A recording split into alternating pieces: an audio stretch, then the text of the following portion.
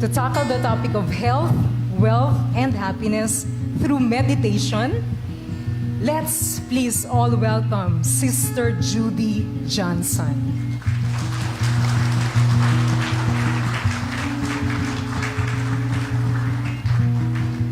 How many are here first time for a Brahma Kumari session? Okay. And another show of hands, how many of you have meditated before? Hands up. Okay, so lots of you have not. Are you okay tonight if I do 2 little meditations with you? You okay with that? We can experiment. Okay, so I have a couple to play with for you. I love this topic, health, wealth, and happiness through meditation. But it seems to me that most of us probably know that we could be healthy and happy through meditating. Is it? We kind of know that. Even if we don't do it, we know it, right? But the thing that really interested me about tonight is this wealth topic. How do you get wealthy through meditating? Because all the yogis I know don't have very big bank accounts. So this is the one I'm quite interested in tonight, is the wealth. But we're going to do all 3 of them, okay? The health, the wealth, and the happiness through meditating. And so we're going to have to try it as well so you can experience it. Thank you, Donna, for the lovely welcome and invitation.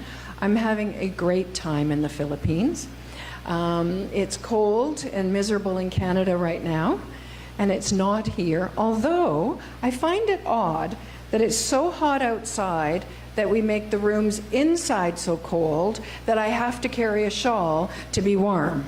Does that make any sense to you? But in Canada, we do the same thing. It's so cold outside that we make the inside so hot that people take off their sweaters. So, anyways, we're all adjusting to our climate.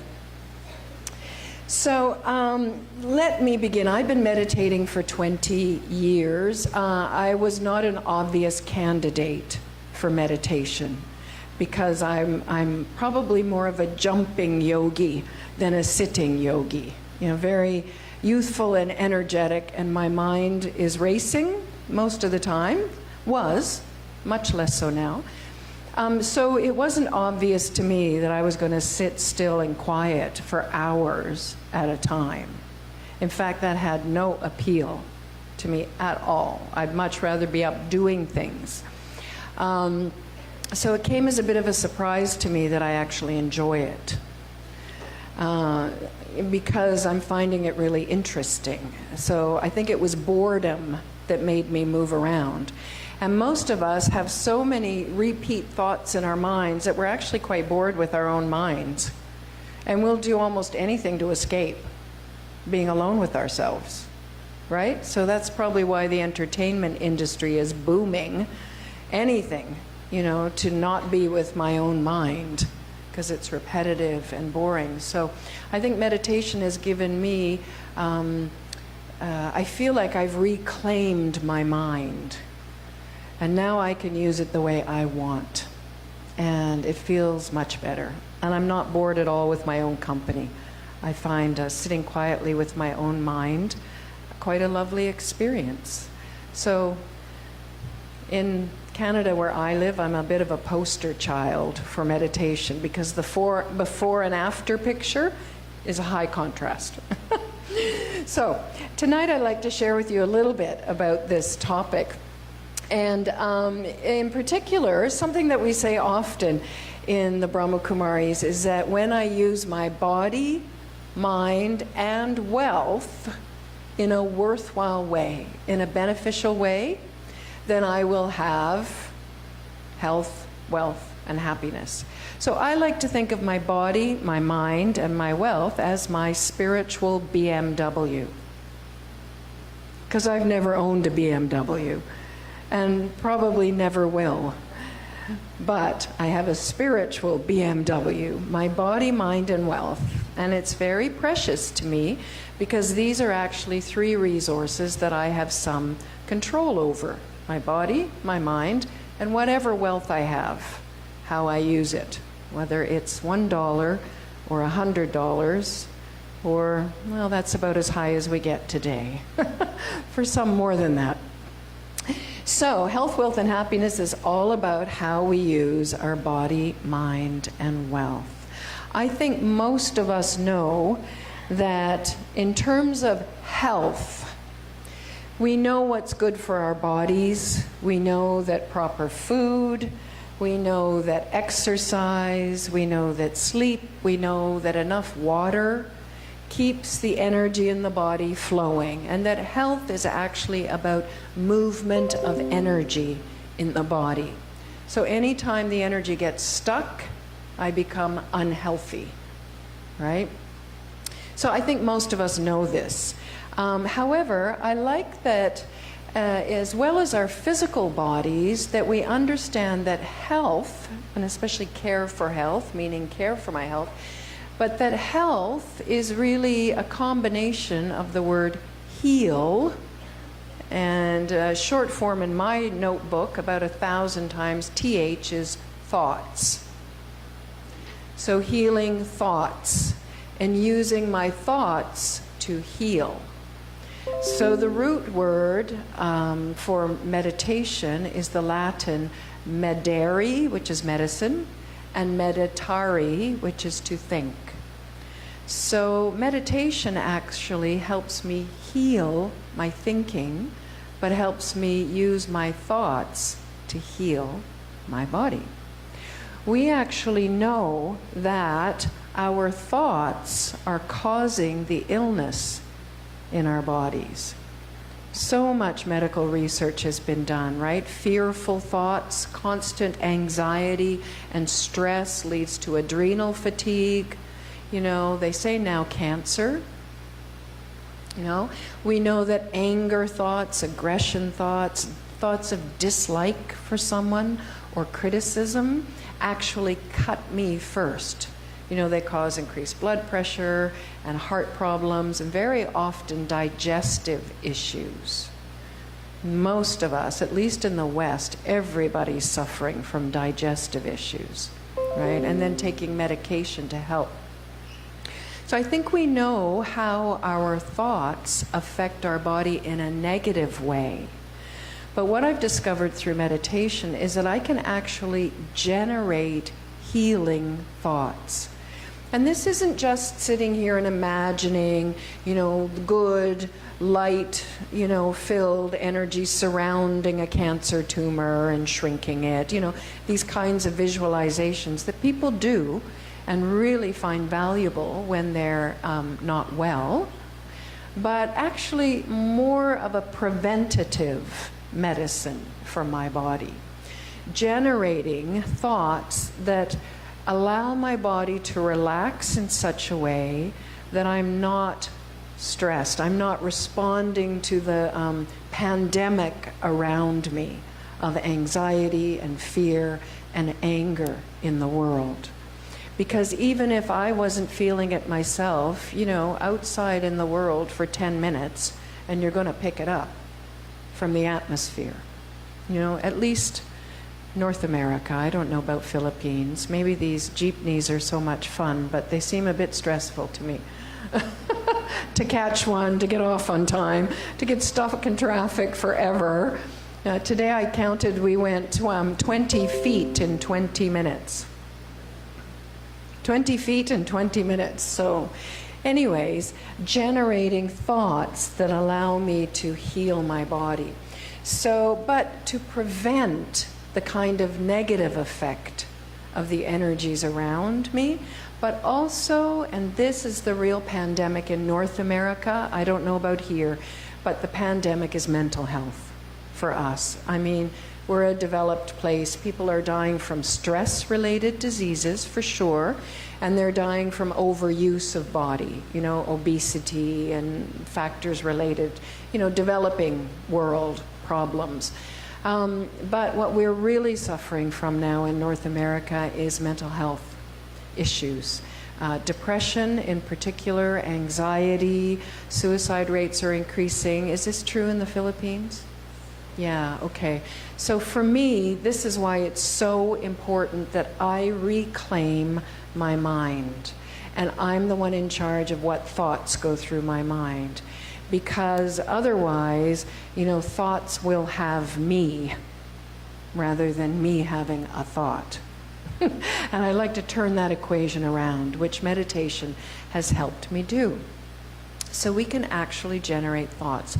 So I would like to do our first meditation experiment of the evening, if I may. This one's very, very short.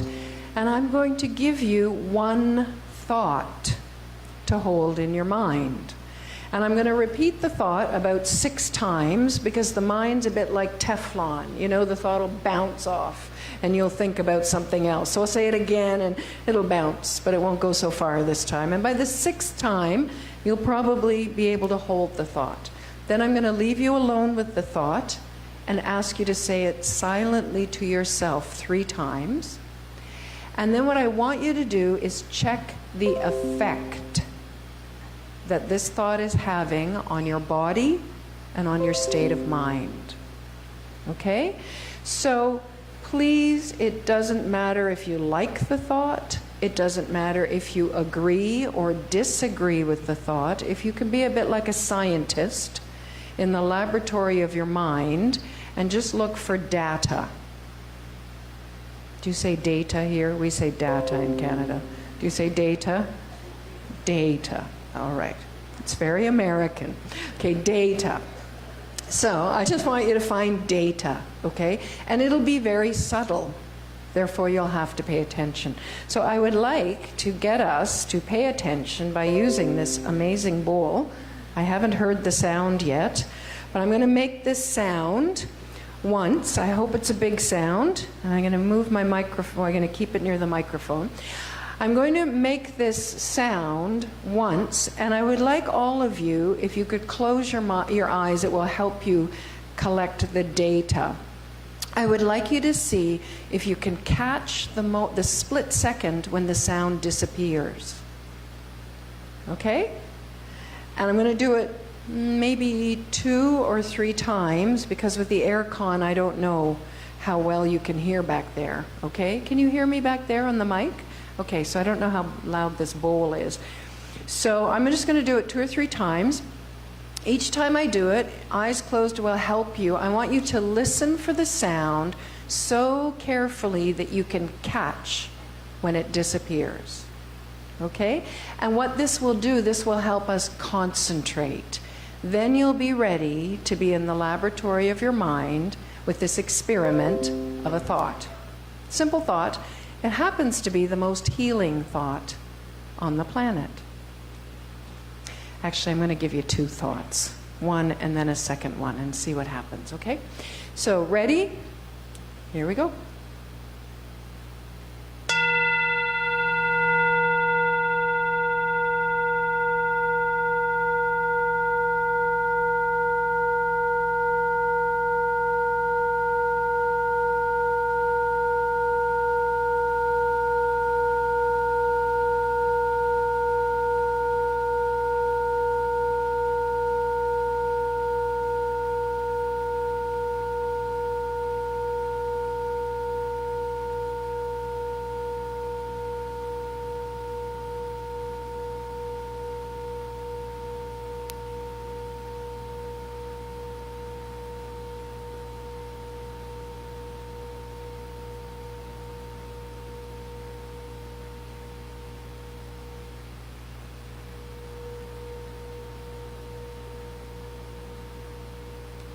Okay, one more time.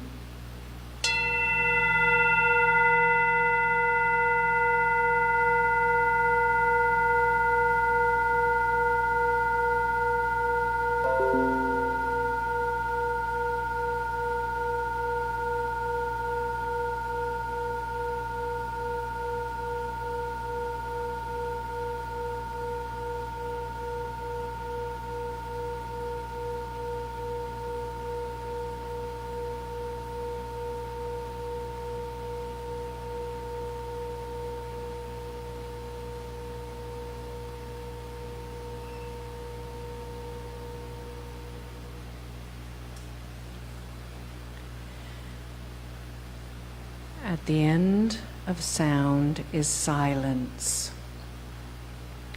I would like you to imagine yourself in a room in your head. It's a silent room. Although the air con is making a lot of noise in the outside world, in this room in your head, it is silent. Your attention has been concentrated now, and you're ready to pay attention to the subtle data, the subtle evidence that is the effect of a thought. Here is the first thought. I'd like you just to hear the thought and then see what effect it has. So, the first thought, I am a body, I have a soul. I am a body and I have a soul or spirit. I am a body, I have a soul, I am a body, I have a soul. I am a body, I have a soul. I am a body, I have a soul. Now I would like you to repeat this thought silently in your own mind 3 times. I am a body, I have a soul.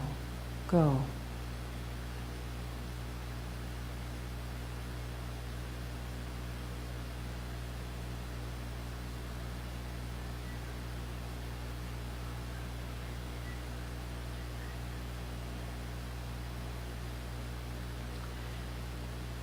And now just check if you can see the effect this thought is having on your body. Check your body. And on your state of mind.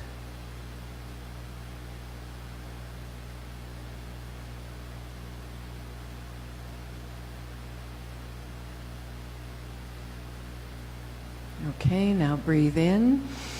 Wipe the slate clean, and I'm going to give you another thought. I'm actually going to flip the thought, so it's the other way around. Again, I will say it 6 times, and then leave you with it.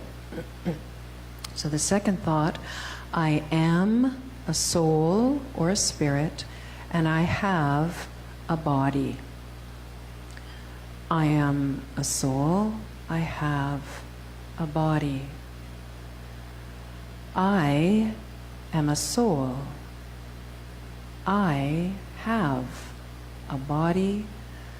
I am a soul. I have a body. I am a soul. I have a body. Now repeat this thought to yourself 3 times and see the effect it's having. I am a soul. I have a body. Go.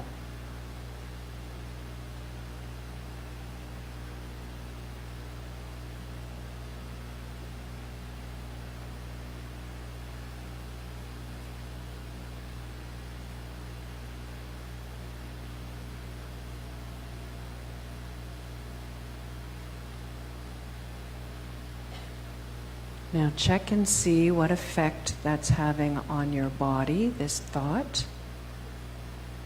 And what effect you can detect on your state of mind. And then take a deep breath in, and you can open your eyes.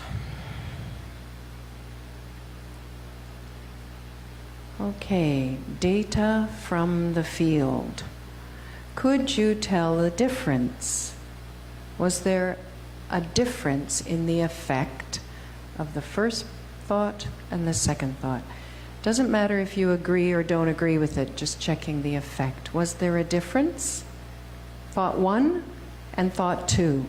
Yes, hands, anyone who felt some kind of a difference inside? Okay, 2 of you, only 2 of you. And for the rest, no difference? Yeah, a little bit of a difference. Okay, so what was the effect of the first thought? I am a body, I have a soul,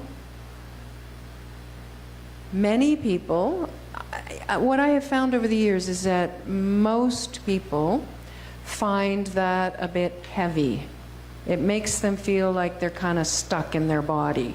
Sometimes people feel a bit of constriction around their heart.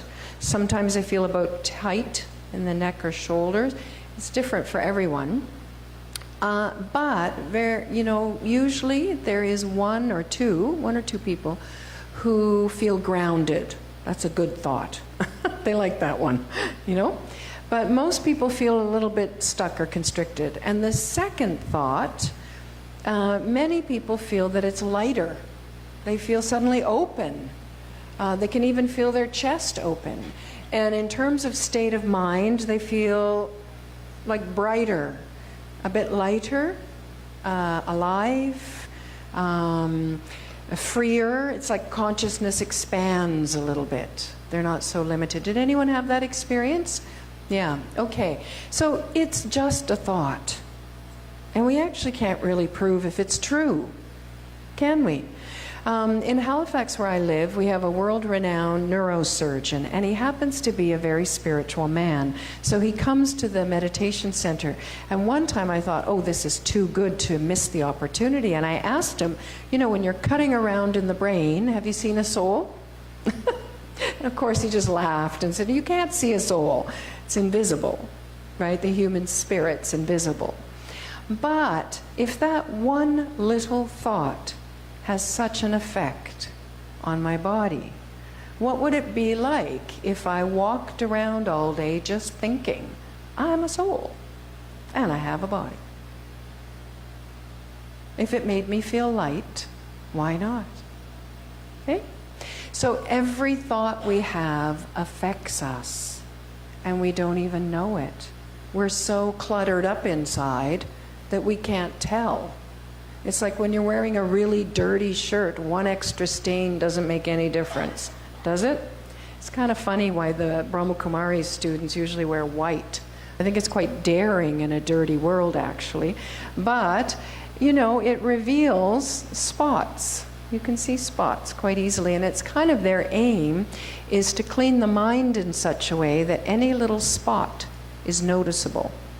And we go, oh, clean that up, don't want that in there. Right? So the cleaning of the mind happens through thoughts. One little experiment, I would invite you to consider which thoughts make you feel light inside, because those are the thoughts that will keep your body and your mind healthy. It's very subtle work, and that's why silence. Did you like the bell, the gong? It never ended. The sound never disappeared. Did you notice that? I kind of had to put my finger, go, okay, stop now, stop. This is beautiful, beautiful, beautiful. But did you notice that you got more and more concentrated as you followed the sound? And then all of a sudden, it wasn't there. And what was left? Me all alone with silence. Yeah? Very nice. So that's why we do these kind of silence activities, is so that I can pay attention to what's going on inside my mind. And as I practice with meditation, I can choose what I put in my mind. We have kind of a slogan here that the first thought could be an old habit, or it could come from, the recesses of my memory banks, but the second thought is mine. Right? So I've sort of stepped more and more away from the professional work that I've been doing, and I'm doing much more time volunteering and traveling the world. And I have never felt richer. I have friends in all countries, right? I have travel, and I have a fantastic life. A life that I probably couldn't pay for if I worked really, really hard.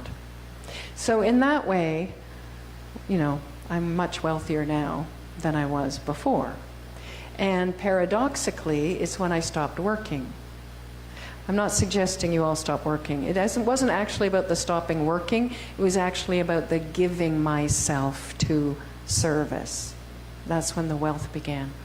But from an economic perspective, we understand. I work with entrepreneurs all the time. And what I've noticed about entrepreneurs is that they all share this capacity. They have an eagle eye to discern value. And then they invest in it. And that's how they make their money. Isn't it? That's sort of basically the definition of entrepreneurialism. An entrepreneur is someone who recognizes value and then invests in it. So they grow it. And what determines the value of something? It's always context. It's always supply and demand. People want something, suddenly it becomes valuable, right? This is the economic law of supply and demand. So I said it last night, and I'll say it again. In a drought, water becomes the most valuable thing, isn't it? So water would cost a fortune. And you couldn't sell your cashmere sweater if you tried. You couldn't sell your gold, because nobody wants gold, everybody wants water, right? So value is always context dependent. And this is the secret of wealth generation. Recognize what's valuable and invest in it. I think what's valuable at this time in the world are these things. There's a seeming lack of these things in the supply and demand department. And I have noticed in Halifax, which is a relatively peaceful part of the world, little Canada, you know, that the numbers coming to the meditation center are growing every year, and it's becoming exponential. Why? Because everybody else wants this now. You know, it wasn't so popular 20 years ago. People thought, oh, those nice little meditators, aren't they sweet? You know, but nobody really needed it. But now, more and more, people are saying, how come you're so happy? How come you never stress out about anything? You know, what have you got that I don't have? And that's the start of wealth generation, right? Start of recognizing something is valuable. When you notice someone else has something that you don't have, people are starting to notice. These little BKs seem peaceful and happy and loving and not so stressed. How is that? How is that? They have something. So we want that. So if this is valuable in the world, we have to start investing in this. I actually think this is probably the most valuable at this time. Hope. The thought that on the other side of a dark winter, spring is coming. That's the Canadian thought that keeps us all going in March. But, you know, in terms of humanity as well. So I'll tell you a couple of stories as a meditator. So when I began to meditate, I had two little girls, a single mom, and I made one big decision as a mom that the children would spend more time in the week with me than at a daycare center. In Canada, the way we take care of children, if they're not with parents, is a daycare center. We don't have aunties and grandmothers, and they're all busy somewhere else, so they don't take care of our kids. So we're pretty much alone, the little nuclear family, and if you're a single mom, it's you and two kids, which was my case. And working, and starting a meditation center, all at the same time. So I was pretty busy. But what I decided was that instead of sending these two little girls, 2- and 5-year-olds, to the daycare, which is like a structured school environment, so always structured, kind of institutionalized, certainly exposed to infections and disease and all that stuff, which gave them antibodies, which is great. But I decided they would be there 3 days a week and 4 days with me, which immediately reduced my income by about a third. And especially as a consultant, you know, the work you get comes from the work you just did. It's a self-generating cycle, right? So if you're doing less, you get less. So I was always hovering just above the pay the bills mark, right? And so I had to find ways to be creative. I find it interesting, the girls, the two daughters that I have, are now 22 and 25. They can't believe that we didn't have money growing up. I say we. I grew up spiritually, they grew up physically. We grew up together. Anyways, they thought we were rich because their life was so abundant. And little things, like at Christmas, we would have a big Christmas stocking. Each girl would have a big Christmas stocking, and I would stuff it full of 20 little gifts. Little tiny dollar store, $2 gifts. Useful things, you know, a toothbrush, but with a nice color. You know, a flashlight, new socks, a little teddy bear, you know, things that did not cost anything. But the feeling of abundance when they open this stocking, right? 20 gifts, right? So they felt that they were rich because they were being gifted all the time. And I had the time and energy to dedicate to creating amazing experiences for these kids. Our house was the go-to house for birthday parties. When everybody else was going to the local movie theater or the, you know, pay for child's birthday party, pizza parlor, whatever you do here. Canada, they go to movies, they go to fun zones where you play games. You know, they do things like that. They're expensive, but they require no effort from the parent, right? That's why they're popular. Instead, I would make these complicated scavenger hunts all over the neighborhood, and all of the kids would want to come to Lucy's birthday party because they were a lot of fun, right? I had time, I had energy. You know, and how it goes, you've either got time or money. So I made the choice to have time so I could dedicate it to the kids. Best decision I ever made in my whole life was to spend time with these kids and to create a sense of, they feel like they grew up in Disney's Magic Kingdom. You know?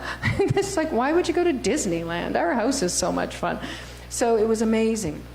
So that's one story. The other, because we didn't eat in restaurants, partly because I couldn't afford it, we would have pizza movie night every Friday night. And each girl made their own pizza, dough made.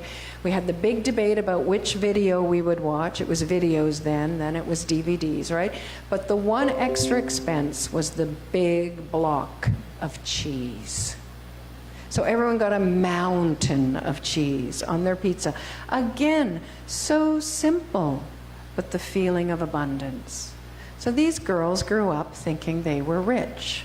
Only now that they're young adults do they realize, you know, what money is and how little mom actually had, right? And what I find really heartwarming is that as young adults, they know the value of a penny. And they know how to stretch it beyond anything I've ever seen and still have an amazingly fun life and rich life. So that's personal economy, right? I have a rich life and I live a full and beautiful life with a sense of abundance and very little money. But as it turns out, when the founder of this organization, Brahma Baba, said that, you know, never will we ever charge for programs that the Brahma Kumaris offer. 100+ countries in the world, 8,500 meditation centers, and in every one of those countries, they rent halls like tonight, which cost money, and they rent microphones and all the gadgets required to host an event like this, right? And they offer programs like this for benefit. Why? Because they're generating a giving economy. And at the time of the creation of this organization, the founder said, people value spirituality so little, they think you can pay for it. Isn't that great? When we value something so little, we think we can pay for it. It's a bit of a paradox. Hard to get your head around that one, right? But especially with spirituality. Where I live now, many people are trying to make a living off of spirituality. And we continue to offer free things, right? None of us make our living off of this because that would corrupt it somehow. It wasn't meant for that, right? So that's personal economy. Oh, what happened? So when something's scarce, its value increases. I did the calculation once, $1 loan, simple interest for, I don't know, I figured out the simple and then the compound interest. It's too complicated for me. I don't really understand it. But I had to use an app and I figured it out. And it turns out the difference between $1 simple interest for like 100 years and $1 compound interest for the same was the difference between, you know, hundreds of millions. Anyone, an economist or an accountant? It's a big difference, right? So our understanding when something is precious and I invest in it, then we get a compound interest. So it's actually the law of giving. In the end, I will be protected from by my karma. By the actions I perform, they will protect me. Think about 2008, when the economic crash happened. Most people in Canada lost 38% of their retirement savings. We're an aging population, over 65 mostly. So retirement savings are everything. There are no children to take care of the old people anymore in Canada, right? 38% is a big deal. I happily didn't lose anything because I didn't have anything. Isn't that great? So everyone else loses 38%. That's not good for them. But what I noticed is that the people who, when you look at people in your lives who have a difficult time, have you ever noticed that some people get a lot of help? Help seems to come out of the woodwork. Friends show up, oh, I'll help you move. You know, cars show up, you know, everything happens. And other people have the same hard time and they get no help. Have you noticed that? They complain about it, they're bitter, and that's partly why they don't get any help. And why do the other ones get help? Because they've always been appreciative, and they have always given to others. So in their time of need, something comes to them. In this way, what is my bank account at this point? It's my karma, my karmic investment. The more that I'm giving now, the more I will receive when needed. So in those difficult moments, it's not my bank account that's going to protect me. It's my karma, right? And even now, things come to me all the time. I didn't have to buy this shirt. I love this shirt. This came from Thailand as a gift. When I was just there, they said, you need a new shirt. I said, you're right, I do. And lo and behold, this showed up. It's a lovely linen shirt, right? In Canada, this would be extremely expensive. It was just a gift. Why was it a gift? Because somehow they felt that I'd given something to them. So in a way, the exchange. So this is how wealth is generated through giving. I would like to read to you, if I can, 2 quotes. One is by this economist that I really like. And he's been talking lately, he's been noticing about how everything in our world is becoming monetized. So sold for money, right?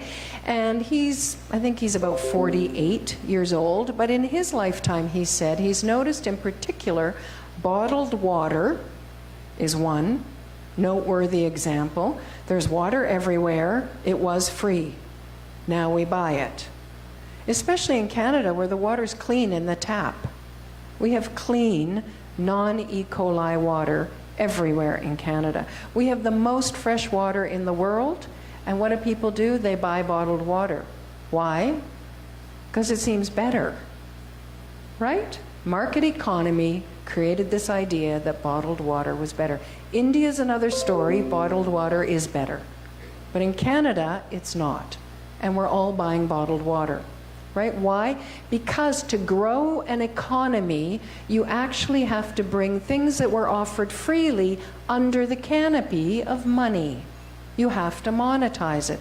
That's how we grow our economy. We're not generating new things, we're monetizing things that we didn't pay for before. This is a pretty key concept when we think about the collective economy, our collective wealth as a society. The other one is childcare. And I don't know about here, but in Canada when I grew up, we were out playing on the streets in the neighborhood. And you know, somebody would say, would you watch my kids? I'm going to the corner store. Right? Kids were taken care of for free. Now you have to pay for it. And it costs a lot. Right? And then suddenly it becomes scarce because we only have that many slots available. Why? Market economy. As long as there's demand, you know, if we keep the supply, then the cost increases, right? Does this make sense to you? I'm not an economist, but even I get this idea, right? We grow our economy by monetizing things. So it's an illusion. We haven't grown anything. We've just made people pay for something that was free before. Yeah? With me? I mean, I'm not an economist, but I like this idea. Anyways, I got a card the other day, a little blessing card in one of our sessions, and here's what it said.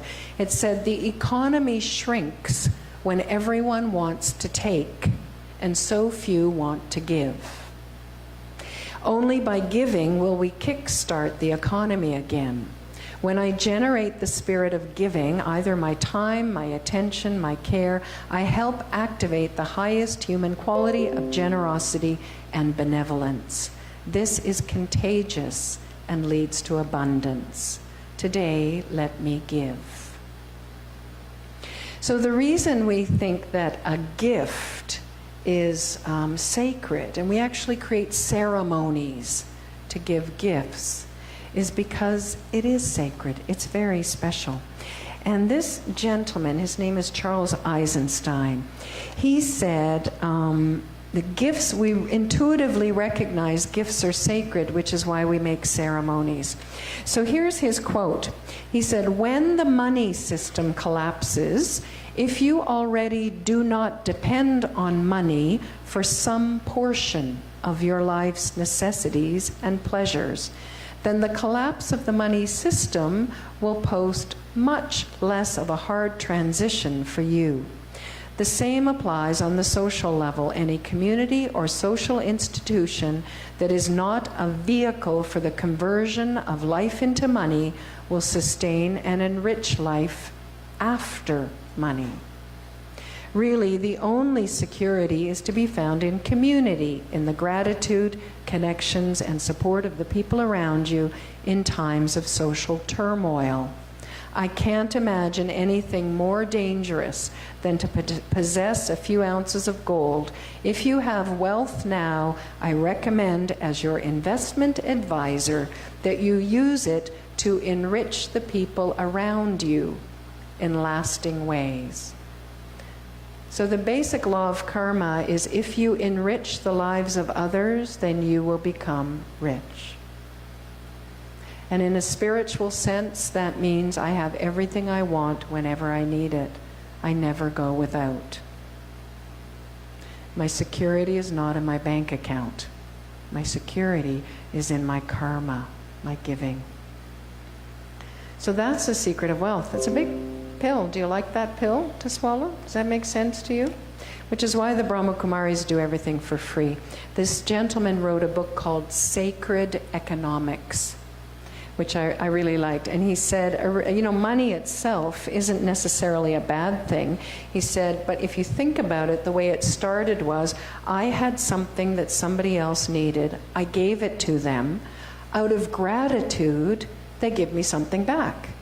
And it might not be something I need at the time, so they give me something pretty, like a shell or some token, right? And I gather the shell, and then I have a bunch of shells suddenly, and really that's symbolic that I have given so much that others are giving to me, right? This is the basic beginning concept of money. Then we turned it into notes, and then it was gold to begin, and then notes, and then coins, right? So the thing itself has no value, right? The value is what it represents. Right? So the reason the Brahma Kumaris give is to kickstart the economy. An economy where everybody's taking. So the more I give, the more I get. It's just that simple. And then I live with wealth. Does that make sense? Quite beautiful. It's a nice way to live. So the last one, happiness. So we are health, wealth, and happiness through meditation. Oh, how did meditation help me get wealthy besides volunteering? I guess it was the clarity of mind to understand where my security really lies, and the growing heart to give. I think most of us have really big hearts, but mine was pretty ironclad. So it's softened and it's opened and it's bigger now than it was before. But I also think the greatest gift that meditation has given me is it's removed my fear. And most of us collect money when we're afraid because we think it will give us security. And I have discovered that I don't have to be afraid anymore because my security lies in my karma, but also lies in my understanding I am a soul and I have a body. I'm not going anywhere, whatever happens to the body. And the other thing, I feel so connected to God that I always feel someone's got my back. I always feel like I've got protection. So these three things, I think, have removed the fear, which is actually the basis of today's economic theories. They're based on scarcity. They're based on understanding human behavior in times of scarcity. So it's all fear-based. So spiritual economics are very different than worldly economics. So that's the wealth. Happiness.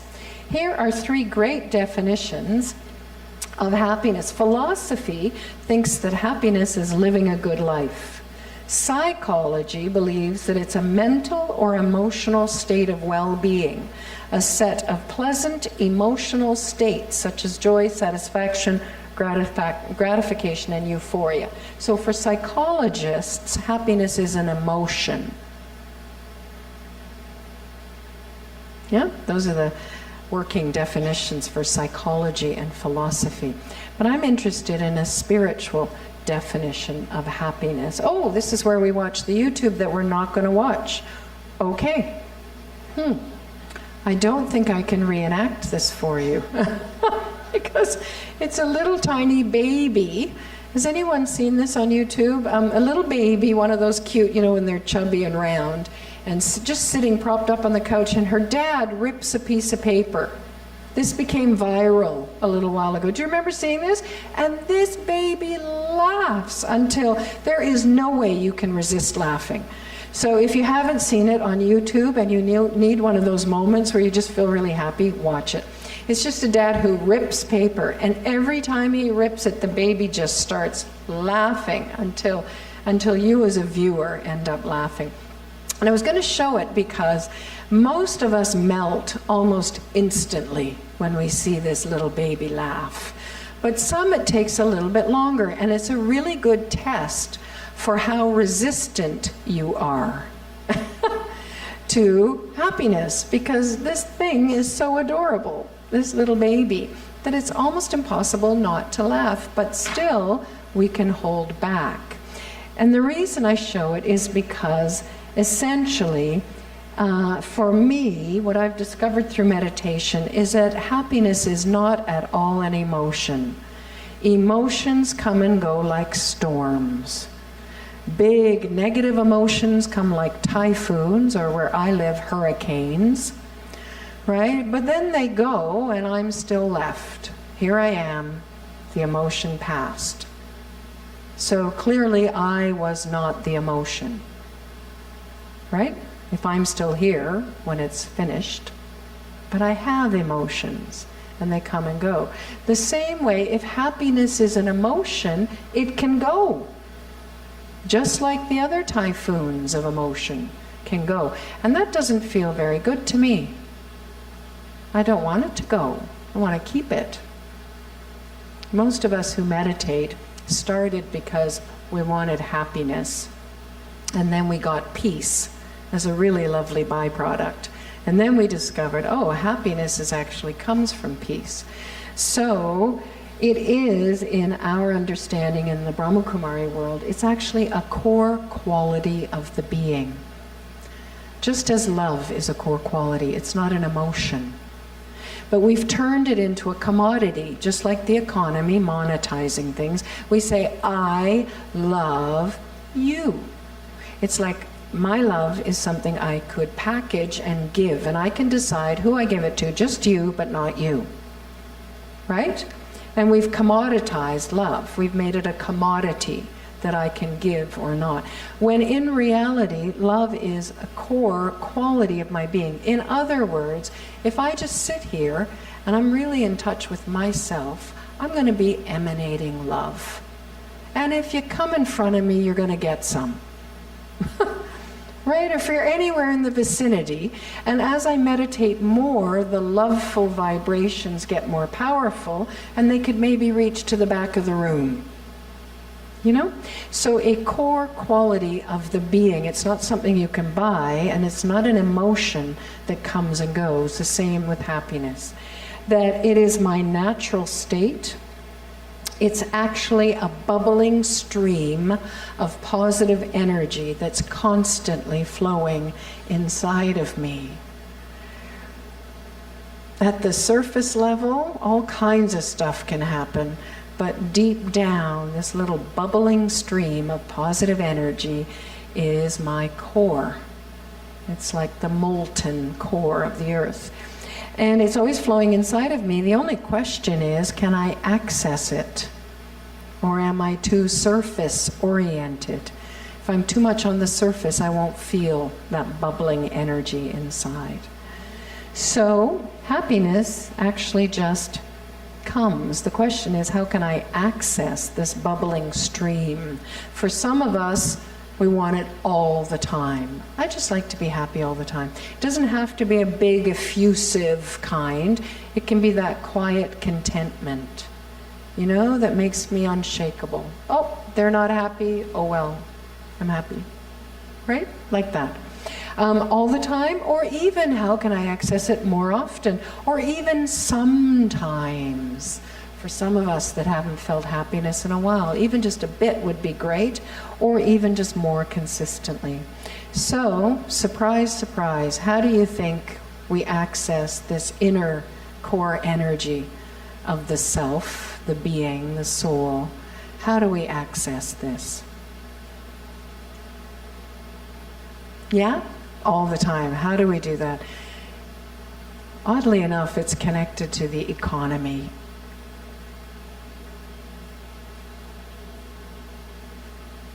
Give. Life is better when you're happy. Life is at its best when other people are happy because of you. Back to our economy, kickstarting the wealth generation. They did, I'll just tell a little story about happiness though, because it's been 10 years that happiness research has been gaining momentum. They've done lots of studies on what makes people happy, and the most famous study is the chocolate study, where they gave people a piece of chocolate and they said, you have a choice, you can eat it yourself or you can give it to someone else. And in every case, the person who gave it to someone else was happier. How they measured, I can't remember, but I think they were measuring duration of happiness. So the one who ate the chocolate was instantly happy, but then it didn't last very long, right? But the one who gave it to someone else had longer happiness. Okay, so that was easy. Then they did, again, they gave somebody a piece of chocolate, but this time they were hungry. Now, will you eat it yourself or will you give it to someone else? And the results, you already know. The ones who gave it to someone else were happier, but longer. So when not the sacrifice, but when the cost was just a little bit higher, the return was greater, right? Third time, I'm assuming different people, I don't know, I can't remember, but the third time, the person was hungry, and they researched what was this person's favorite chocolate. In my case, it's an O. Henry bar. So if they gave me an O. Henry bar when I was really, really hungry, I'd still give it to someone else, guaranteed. I know that about myself. But this was upping the ante. You're hungry, it's your favorite, and will you give it to someone else? The ones who gave it to someone else, happier, even longer. And finally, the last one, which was the true, proof is in the pudding. They asked somebody whether they would keep the chocolate. Hungry, favorite chocolate, someone you didn't like. And what was really funny is that in that case, more people than ever ate the chocolate. In the other cases, I think it was something like 90% gave it to someone else, because really the cost wasn't that high. But in the case of the person I didn't like, it was something like 50% ate it and 50% gave it away. So that was kind of funny. So, but the point being, when I give, I'm happier. Why? Because it's my core quality, and I experience my own core energy, which is loving and happy. I think that's it. Oh yeah, so when I give happiness to others, I'm happy. So, we are going to sit peacefully after questions with the intention to access this bubbling core energy inside. Om Shanti.